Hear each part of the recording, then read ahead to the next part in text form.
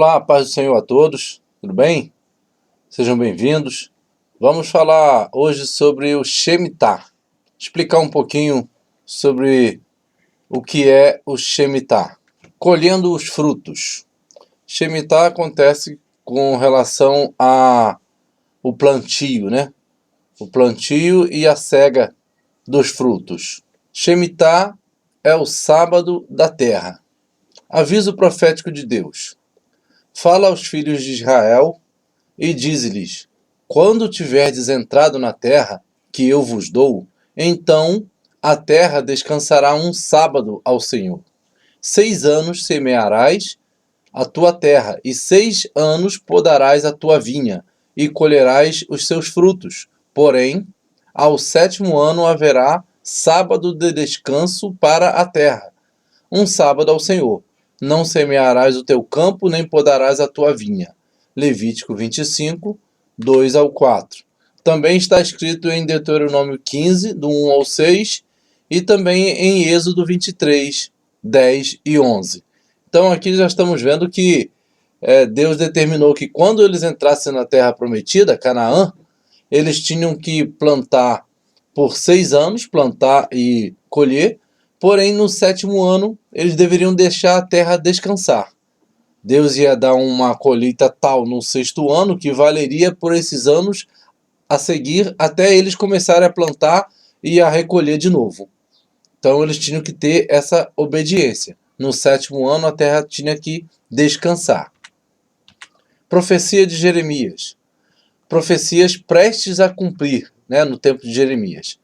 E será que quando te disserem, para onde iremos? Dir-lhe-ás, assim diz o Senhor, os que para a morte, e os que para a espada, e os que para a fome, e os que para o cativeiro, para o cativeiro. Jeremias 15, 2. Jeremias profetizou a invasão de Nabucodonosor, se os judeus, todo Israel, né, não deixassem de desobedecer a Deus, Nabucodonosor invadiria Israel.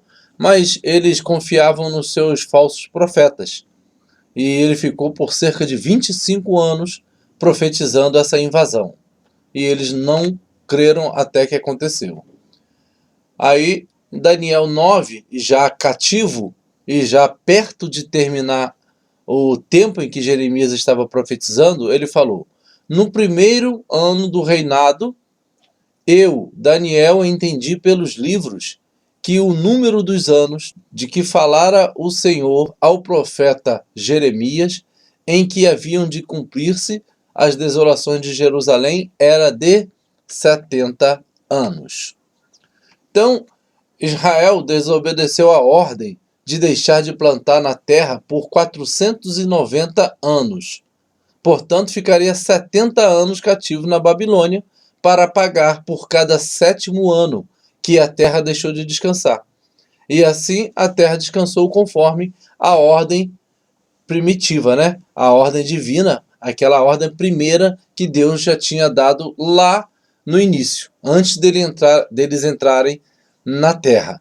Mas, infelizmente, eles não cumpriram e Deus teve que retirá-los da terra, dar um castigo a eles e, ao mesmo tempo, fazer a terra descansar e ter o pagamento dela, digamos assim, né? Todos os anos que a terra ficou sendo roubada dela descansar, ela agora recebeu tudo. Deus é justo, né? Então ela recebeu os 70 anos que foram roubados do descanso dela, da terra. 70 anos vezes 7º ano sabático de descanso é igual a 490 anos corridos. Foi o tempo que eles deixaram de cumprir a ordem do Senhor. Então eles viajaram cativos de Jerusalém à Babilônia por mais ou menos 900 quilômetros a pé, como escravos. Imagina as condições, né? As condições de caminhada no deserto como escravo, com correntes, com tudo, com um povo que os odiava, não deve ter sido fácil. Cativeiro da Babilônia. Esse é o cumprimento da profecia de Jeremias. Capítulo 27, versículo 6, diz assim: e agora eu entreguei todas estas terras na mão de Nabucodonosor, rei de Babilônia, meu servo, e ainda até os animais do campo lhe dei, para que o sirvam.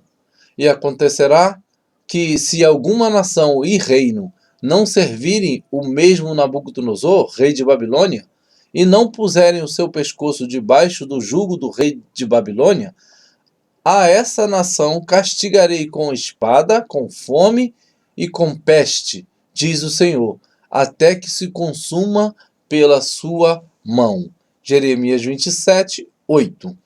Ou seja, Deus deu todo o governo na mão de Nabucodonosor. E a misericórdia para as nações estaria sendo em que elas se colocassem sob o jugo de Nabucodonosor, para que fosse cumprido como um chicote, né? uma punição nas nações. Deus levantou Nabucodonosor para assim fazer com que as nações se colocassem debaixo do seu jugo. E aquelas que fossem teimosas, elas sofreriam com a espada, com a fome e com a peste. Complicado, né? É difícil decisão. Se eu me entrego, eu sou escravo. Se eu não me entrego, eu padeço com espada, com fome e com peste. Isso por causa da desobediência do povo a Deus. Falsos profetas só profetizam coisas boas. E vós não deis ouvidos a vossos profetas, e aos vossos adivinhos, e aos vossos sonhos, e aos vossos agoureiros, e aos vossos encantadores, que vos falam dizendo, não servireis ao rei de Babilônia. Jeremias 27, 9. Mas a nação que colocar o seu pescoço sob o jugo do rei de Babilônia e o servir, eu a deixarei na sua terra, diz o Senhor, e lavrá-la-á e habitará nela. Jeremias 27, 11. O homem anda errado, mas quer ouvir coisas boas de Deus. É assim, né, por toda a história. Aqui o rei de Israel não dava ouvidos a Jeremias, dava ouvido aos seus falsos profetas, que dizia que nunca que Nabucodonosor invadiria Jerusalém, porque eles eram o povo de Deus. E Deus está dizendo, não deis ouvido aos seus falsos profetas. Adivinho, aqueles que diz que tem sonho, é tudo agoureiro e encantador. É isso que Deus está dizendo aqui para o povo de Jerusalém. Então, a história nós já conhecemos, né? Nabucodonosor invade Jerusalém. Os ciclos de Deus. O povo andou em círculos no deserto por 40 anos. Os segundos, minutos, horas, dias, semanas, meses e anos, estações do ano, tudo isso é um ciclo. Deus trabalha através de ciclos. A criação tem um princípio do código 7. Tal como na criação que levou 6 dias e no 7º houve descanso, esse ciclo se repete por toda a Bíblia. Gênesis 2, 2 e 3 diz, e havendo Deus acabado, no 7º dia a obra que fizera, descansou no 7º dia de toda a sua obra que tinha feito. E abençoou o 7º dia e o santificou, porque nele descansou de toda a sua obra que Deus criara e fizera. Aqui o calendário, tanto o calendário gregoriano quanto o calendário judaico, ele tem um ciclo, ele vai se repetindo, né? O nosso aqui, janeiro, fevereiro, até dezembro, depois começa de novo, janeiro, fevereiro, março, e assim vai. Também inverno, primavera, verão, outono, inverno, primavera, verão, outono, e assim tem o calendário judaico. Só que há uma diferença no calendário judaico, é que eles têm 2 calendários. Eles têm um calendário religioso e o calendário civil. E entre eles, entre esses 2 calendários, há um intervalo, né, uma diferença, digamos assim, de 7 meses. Uma distância, melhor dizendo, de 7 meses. Como diz aqui, ó, o primeiro mês do calendário civil é esse daqui, que é o 7º do religioso. Aqui começa o primeiro mês mês do ano, entre setembro e outubro nosso, é o ano novo deles, lá em Israel.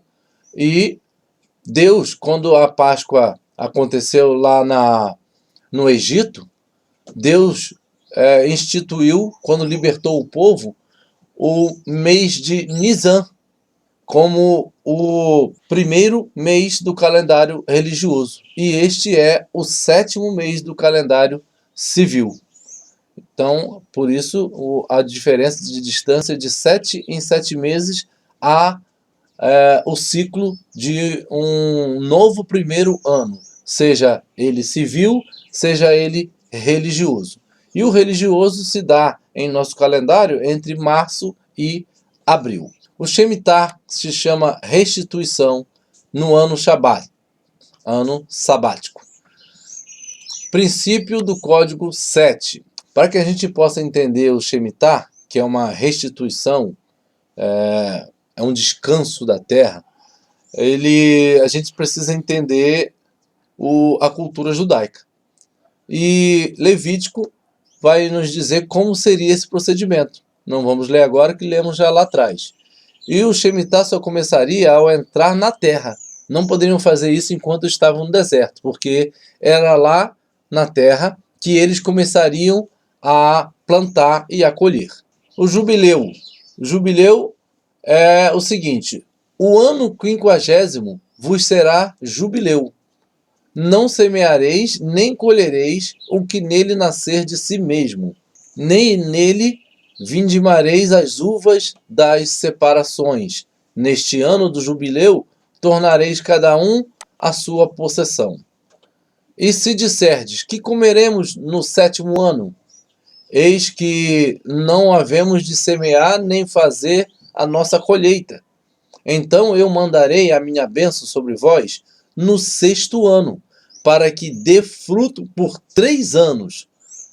E no 8º ano semeareis, e comereis da colheita velha até ao ano novo, até que venha a nova colheita. Comereis a velha.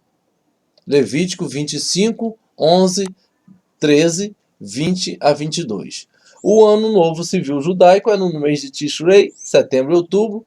Esse ano de 2015, né, um ano que eu tinha feito esse estudo aqui, caiu no dia 14 de setembro.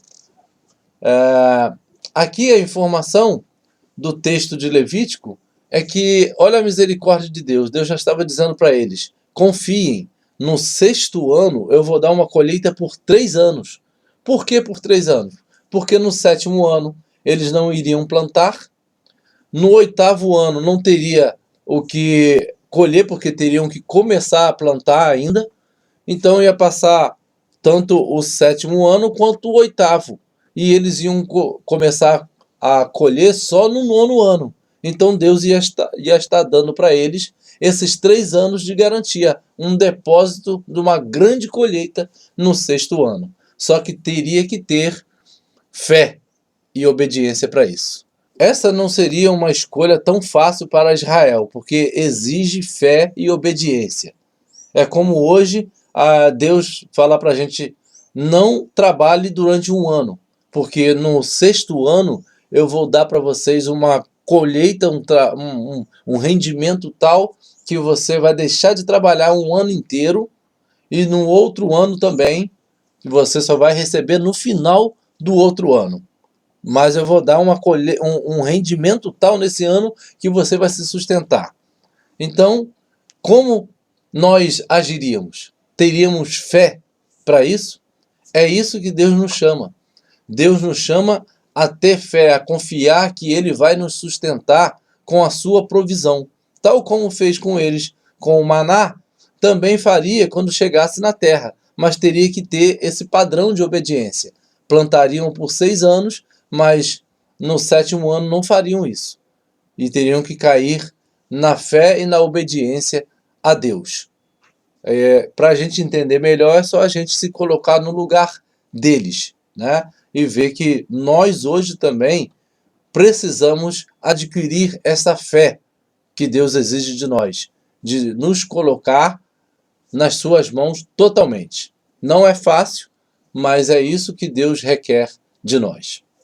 Alguns entendem que o ano do jubileu não está em vigência hoje em Israel, pois para tal, é necessário que se tenha total domínio sobre a nação.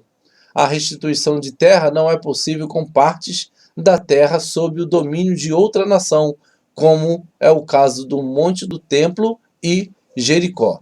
Bom, para se cumprir o ano do jubileu em Israel hoje, todo Israel deveria estar sob domínio só de Israel. Porém, o Monte do Templo é domínio palestino e também a cidade de Jericó é de domínio de outra nação. Então, isso alguns entendem que não está valendo o ano do jubileu, porque o ano do jubileu, as dívidas do povo eram canceladas e a terra era restituída ao antigo dono ou seus herdeiros.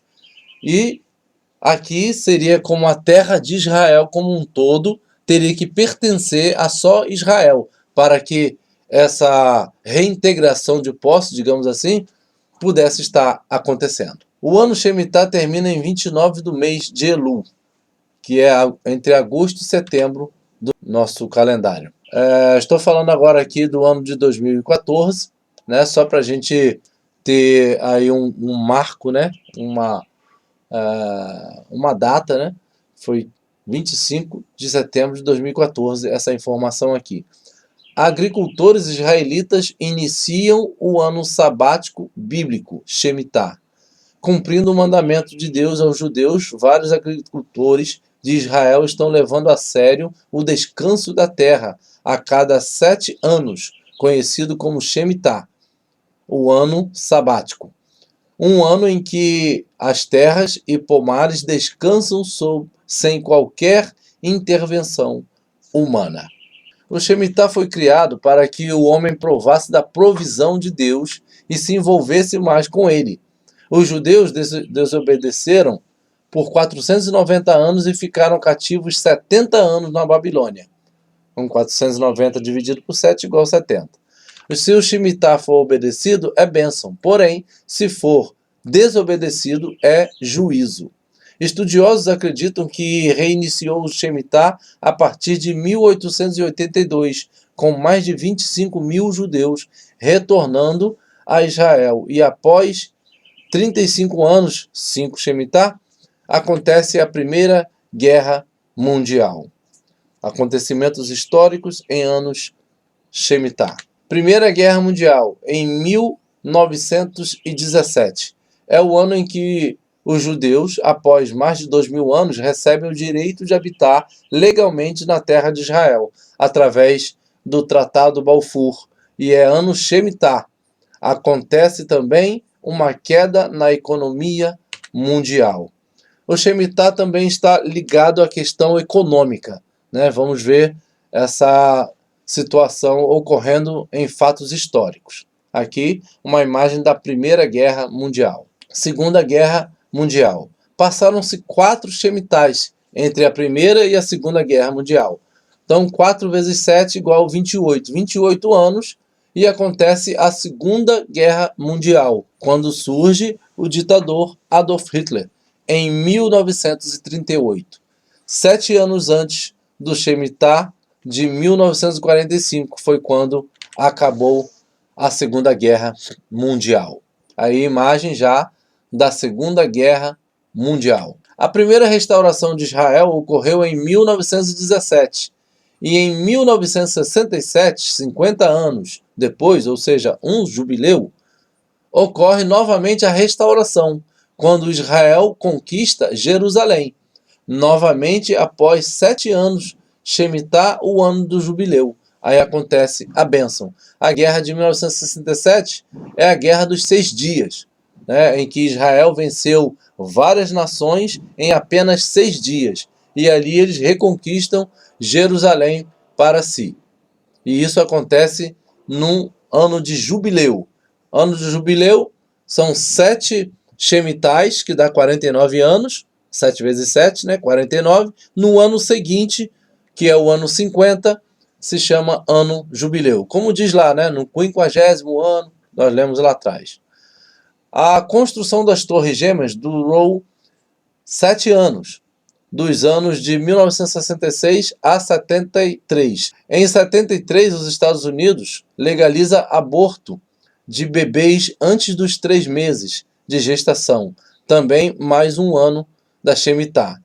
Estamos colocando essa informação das Torres Gêmeas e dessa legalização de aborto nos Estados Unidos, porque lembra que falamos sobre obediência tem benefício, desobediência tem juízo no Shemitah. E em 11 de setembro de 2001, no maior colapso da história americana, as torres do World Trade Center caem e junto com as torres cai a economia mundial.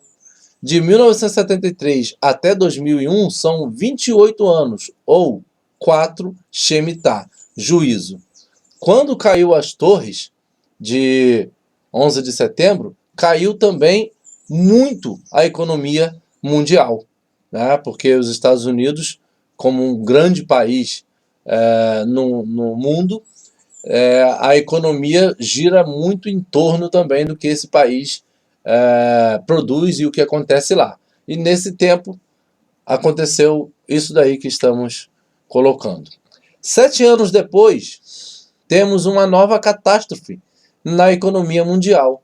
Em setembro de 2008, de novo em setembro, exatamente em 29 de Elul, a bolsa caiu 777 pontos, ano Shemitah. Deus estava dando sinais. Então, lembra que nós falamos do calendário? O ano novo judaico, entre agosto e setembro, nosso, é o mês de Elul deles lá. E Deus trabalha em cima desse calendário que não é um calendário dos judeus, é um calendário que Deus criou. Então, o ano civil aqui sempre em setembro, tanto as torres gêmeas que caíram, não pode ser coincidência de que aquele povo que jogou os aviões lá escolheu justamente setembro para fazer isso, e aqui em setembro de 7 anos depois, em 2008, aconteceu também essa tragédia na economia mundial. Eu lembro que nesse ano de 2008, muitas fábricas de carros estavam muito ruins, estavam fechando, estavam demitindo muita gente. Realmente foi uma tragédia. 1967, 1973 e 2001. Esses são os fatos. Aí estão as fotos. Aqui a Guerra dos 6 Dias, aqui o Yom Kippur e ali as Torres Gêmeas. As 4 luas de sangue e o eclipse solar. Luas de sangue, aqui nós estamos falando do ano de 2014 e 2015. Em 15 de abril de 2014, ocorreu a Páscoa. Em 8 de outubro, foi a festa do tabernáculo. Em 20 de março, houve um eclipse solar. Inclusive, meu aniversário. 20 de março. E é o ano novo judaico. Aconteceu em 20 de março de 2015. Estamos falando desse ano, né? 7 anos atrás. 4 de abril de 2015, a outra Páscoa do ano seguinte. 28 de setembro de 2015, a festa de tabernáculo. Nessas datas todas aconteceram luas de sangue. Aí tem Lucas 21, 25. Haverá sinais no sol, na lua e nas estrelas. Joel 2, 31 diz: o sol se converterá em trevas, a lua em sangue, antes que venha o grande e terrível dia do Senhor. O tempo é breve, Jesus está voltando. Chegará o tempo que não haverá mais tempo, né? Mateus 25, do 31 ao 46, vai falar um pouco sobre isso. Então, a lua de sangue, podemos entender que é um sinal, né? É como se fosse o céu, o grande outdoor de Deus, né? Ele sempre coloca sinais ali. Não estou dizendo que em 2014, 2015 se cumpriu exatamente o que diz em Joel, mas pode ter sido ali um cumprimento em etapa, né? Uma parte do cumprimento ali e depois ele vai se cumprir totalmente lá na frente. A Bíblia pode estar falando nessas 2 profecias tanto dos astros celestes, como também apontando algo para o povo de Deus, apontando algo sangrento, algo terrível que pode acontecer também com o povo de Deus, né? A sua igreja. Então, as profecias, às vezes, elas têm duas conotações. Então, é possível que esteja falando do astro e também do povo. Israel e as luas de sangue. Vamos ver fatos que aconteceram com a nação de Israel quando houve luas de sangue. Em abril de 1492, pouco depois da Páscoa, judeus são expulsos da Espanha. Em maio de 1948, pouco tempo depois da Páscoa, Israel renasce como nação. Em junho de 1967, pouco tempo depois da Páscoa, Israel conquista Jerusalém e outros territórios em 6 dias. Junho de 2014, pouco tempo depois da Páscoa, da guerra Israel-Palestina, cresce o antissemitismo no mundo. 2015, autoridades políticas e religiosas pedem que judeus retornem a Israel. Exatamente dia 28 de setembro começa a festa dos tabernáculos, Sukkot ou Cabanas, e terá a última lua de sangue coincidindo com festas judaicas neste século. Então, todas essas datas aí, houve luas de sangue, e todas essas aí aconteceram justo perto das festas que os judeus comemoram, as festas bíblicas que Deus instituiu, tanto a Páscoa quanto a festa dos tabernáculos. Sinais no céu em 2015. Primeiro eclipse solar foi em 20 de março, calendário civil gregoriano. 1º de Nisan, calendário religioso judaico. É o início do ano sagrado em Israel. Segundo eclipse solar será em 13 de setembro, calendário civil gregoriano. 29 de Elul, calendário religioso judaico. Último dia do ano civil em Israel e término do Shemitah. Isso estamos falando do ano de 2015, há 7 anos atrás. Nós estamos hoje em 2022. Estes sinais acontecem exatamente no dia em que termina o Shemitah e inicia o ano do jubileu. São muitos sinais em 2014/2015. Tétrades, 4 luas de sangue, 2 eclipses solares, uma superlua, Shemitah. Nos preparemos, santifiquemos nossa vida. Bom, irmãos, espero que vocês tenham gostado do Shemitah. Trazemos aqui fatos históricos, coisas que aconteceram no ano de 2014, 2015 e anos anteriores também, né? E trazemos informações sobre o que Deus estabeleceu sobre o Shemitah e sobre o jubileu. Espero que Deus tenha abençoado a sua vida com esse estudo. Se inscreva em nosso canal, Escatologia, Princípio do Fim, e também em nosso outro canal, Maná Eterno. A paz a todos.